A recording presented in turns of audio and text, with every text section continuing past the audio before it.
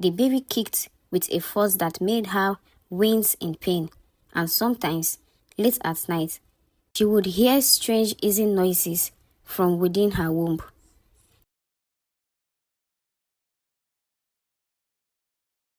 Moyo was the most beautiful woman in her village, nestled deep within the heart of Ogoja forest. Her beauty, however, was marred by one cruel twist of fate.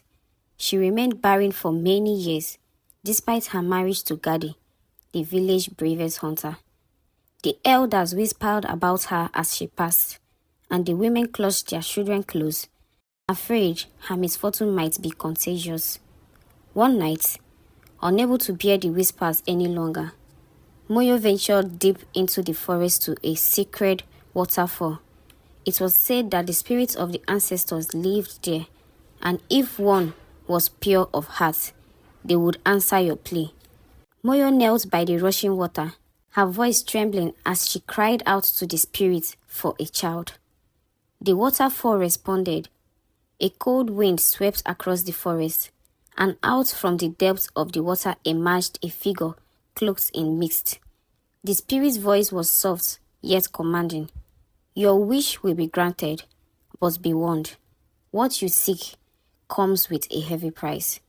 Desperate, Moyo agreed without question, her desire for a child overpowering any fear she felt. Months passed, and Moyo's belly swelled with life. The village rejoiced, celebrating what they believed was a blessing. Gadi was overjoyed, his pride in his wife and future child showing in the way he hunted with renewed vigor. However, something felt wrong to Moyo. Her pregnancy was unlike any other. The baby kicked with a force that made her wince in pain, and sometimes, late at night, she would hear strange hissing noises from within her womb. The day of the birth arrived, and the midwives surrounded Moyo in her small hut, ready to assist. But what they witnessed that day would forever haunt them. Instead of a crying human body, a large serpent slithered out from Moyo's womb. It had the shape of a python, but its eyes were strange, glowing gold, almost as if they understood the word in ways no human could. The midwife screamed and fled, but Moyo stared at the snake, her heart beating and swelling with love at the same time. Though her child was not what she had expected, the bond of a mother was strong. I shall name you Nego, she whispered, cuddling the serpent close. News of Moyo's strange child spread through the village like wildfire. The once adoring villagers now viewed her with suspicion and fear. Many believed that Moyo had made a dark pact with spirits, while others thought the snake child was a cause that would bring doom upon the village. Gadi, shaking and afraid, distanced himself from his wife and their unusual child. He could not bring himself to look at Nego, fearing what others might think of him. The village chief, pressured by the elders, summoned Moyo to explain the birth of the serpent. With trembling lips, she told them of her visit to the waterfall and the spirit's warning. The chief, wise but cautious, declared that Moyo and her snake child must be banished. You have brought something unnatural into this world, he said. For the safety of the village, you and the serpent must live. Moyo pleaded, but the decision was final. And so, with her newborn serpent child wrapped around her body, Moyo left the only home she had ever known. Moyo wandered the forest, lost and heartbroken. The weight of her exile was heavy, but the weight of motherhood was even heavier. She had nothing to give Nego but her love and protection. As the days passed, she found solace in the deep part of the forest, where the trees whispered ancient stories and the river seemed to carry her pain away. Nego, though a serpent, grew rapidly and developed strange, almost human-like behaviors. He would coil around Moyo's arms, as if seeking her warmth, and when she spoke to him, he seemed to listen with a wisdom far beyond his age. The bond between mother and child grew stronger, and Moyo realized that despite Nego's form, he was still her son, intelligent and capable of love. One night, as they rested by a fire, a band of nomadic traders came across Moyo and Nego. Intrigued by the serpent's child, they offered her food and shelter, but also warned her of the dangers that lay ahead. "There are whispers of a great power stirring in the land," one of the traders said. "Be careful, not all creatures are as kind as your son." That night, Moyo had a vivid dream. She found herself standing on the edge of two worlds, one a lush, beautiful garden filled with vibrant life, and the other a barren, desolate wasteland. Between the two worlds stood Nego, fully grown but still a snake. In one world, he was a wise ruler, respected and loved by all. In the other, he was a terror, feared by those who remained. The spirit from the waterfall appeared before her. "The fate of these two worlds rests on your child, Moyo," the spirit said. "He is not just a serpent. He carries the destiny of two paths within him. Your love will shape which path he takes." Moyo awoke in a cold sweat, her heart racing. She knew now that Nego's future held great power, but also great danger. What kind of world would he create? And would she be able to guide him down the right path? As Moyo and Nego continued their journey through the forest, they encountered a mysterious stranger, dressed in ragged clothing, but with eyes that gleamed like the stars. The man introduced himself as Abasi, a wanderer who had traveled across many lands. He seemed to know about Nego, though he didn't fear the serpents like others. "There are forces that seek your son," Abasi said quietly as they shared a meal by the fire. "He is a being of prophecy, a creature with the potential to reshape the world. Some will want to use him for their own dark purposes." Moyo's heart sank as she listened. Though she loved Nego with all her being, she feared what the world might turn him into. Could she protect him from those who sought to exploit his power? And more importantly, could she protect him from himself? As Nego grew, Moyo could no longer ignore the changes in him. Though he remained affectionate and loyal to her, there were moments when his eyes flickered with something darker, something primal. One evening, after a day of foraging, Moyo found Nego coiled around the body of a deer. His fangs had sunk deep into the creature's flesh, and his golden eyes glowed with an eerie satisfaction. "Nego, no!" Moyo cried, rushing towards him. But as she approached, she hesitated. For the first time, she felt a surge of fear, not for Nego, but of him. He uncoiled slowly, the deer limp and lifeless at his side, his golden eyes looking with fears. "I am hungry, mother," Nego said, his voice low and calm. "It is in my nature to hunt." His words chilled her, reminding her that despite his intelligence, he was still a serpent, a creature born of both light and shadow. Moyo knelt before him, her hand trembling as she stroked his scales. "You must be careful, Nego," she whispered. "There is a darkness within you. I fear what it could become if you let it take over." Nego looked at her, his eyes softening. "I would never hurt you, mother," he promised. But Moyo knew the dangers were not just external. The battle for Nego's soul had already begun. Weeks later, as Moyo and Nego made camp near a river, they encountered a woman unlike any other they had seen, tall and regal, with skin as dark as the night and eyes that burned with an intense, unsettling fire. The woman introduced herself as Ijoma. She was a witch, feared by many, but respected by even more. "I had heard whispers of a serpent born of a woman's womb," Ijoma said. her voice smooth like silk but laced with danger. And I see now that the stories are true.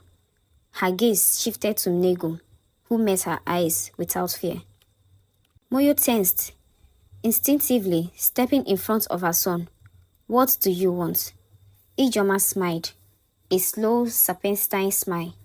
I do not come to harm you, Moyo. In fact, I come with an offer. Your son is powerful, more powerful than you realize.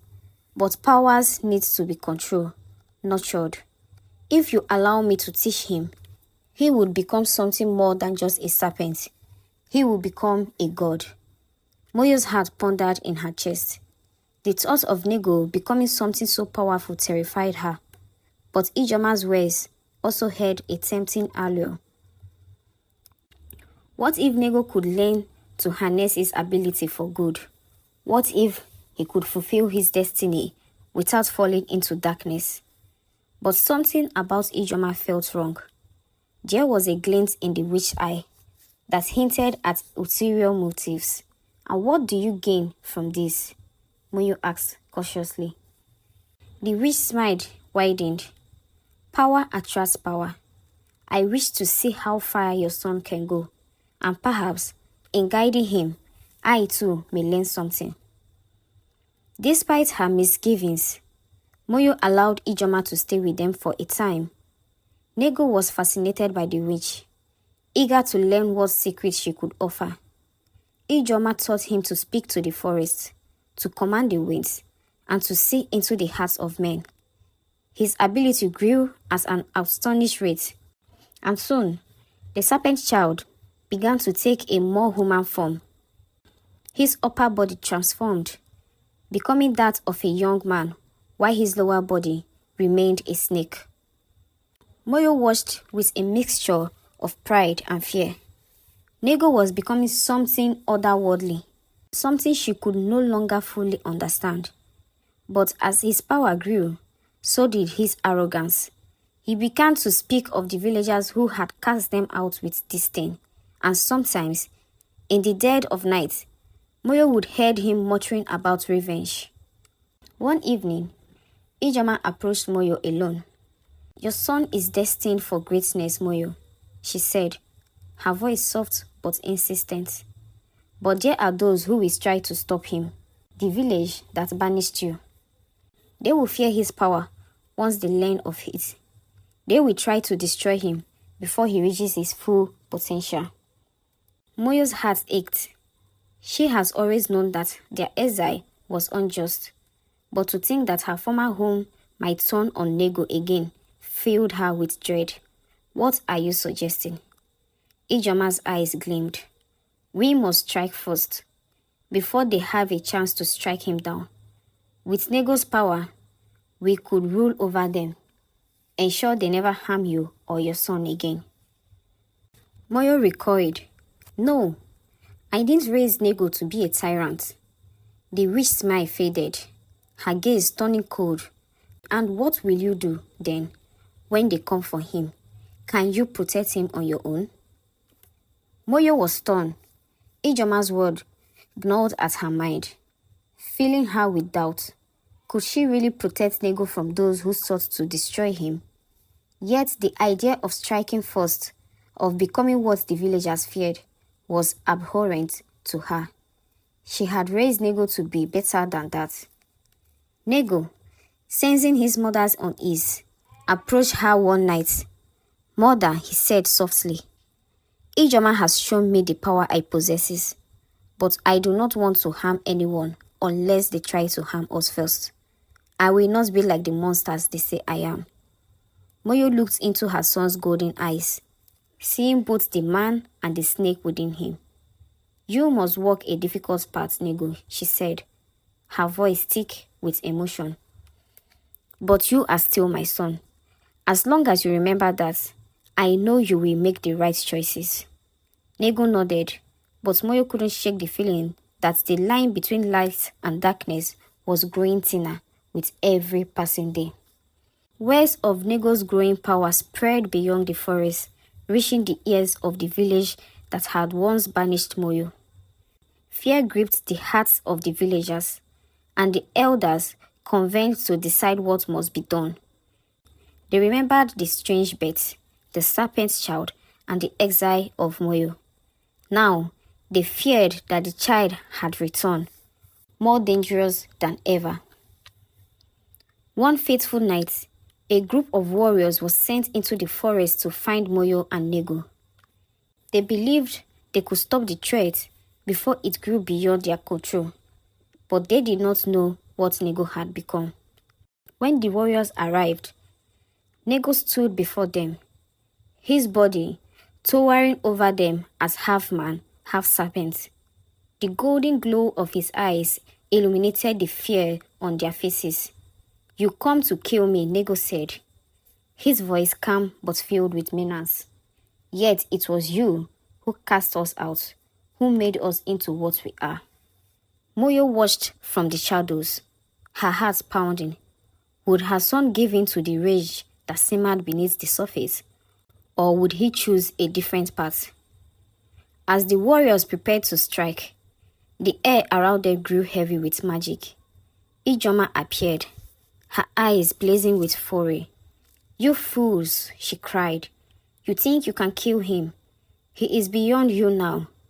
The ground trembled, and the forest came alive, the trees twisting and bending as if obeying Ijoma's will. But as the chaos unfolded, Moyo stepped forward. "Stop," she cried, her voice carrying above the noise. "This is not the way." Nego hesitated, his eyes flicking between his mother and the warriors. "What do you want me to do, mother? They will never let us live in peace." Moyo's voice trembled, but she stood firm. "We must not become like them. You have the power to choose, Nego. Do not let Ijoma lead you down a path of destruction." For a moment, it seemed as if Nego could obey the witch's call. But then, with a shuddering breath, he stepped back. "I am not a monster," he whispered. "I am your son." In the aftermath of the confrontation, Ijoma vanished into the light, her anger palpable. The warriors, shaken but unharmed, retreated to the village, carrying tales of the serpent man who had shown them mercy. Moyo and Nego remained in the forest, but their lives were forever changed. Nego had chosen the path of peace, but the darkness within him still lingered, waiting for a moment of weakness.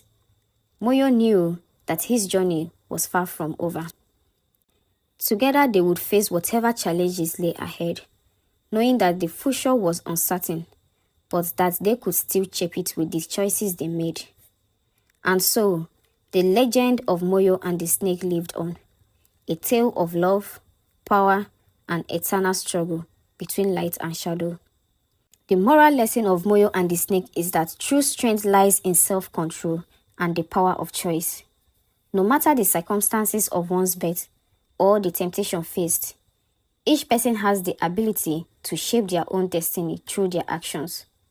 The story also highlights that love and compassion can guide even the more troubled souls away from darkness. But the struggle between good and evil is a constant journey that requires wisdom, courage, and a firm moral compass. Thank you for listening to this story.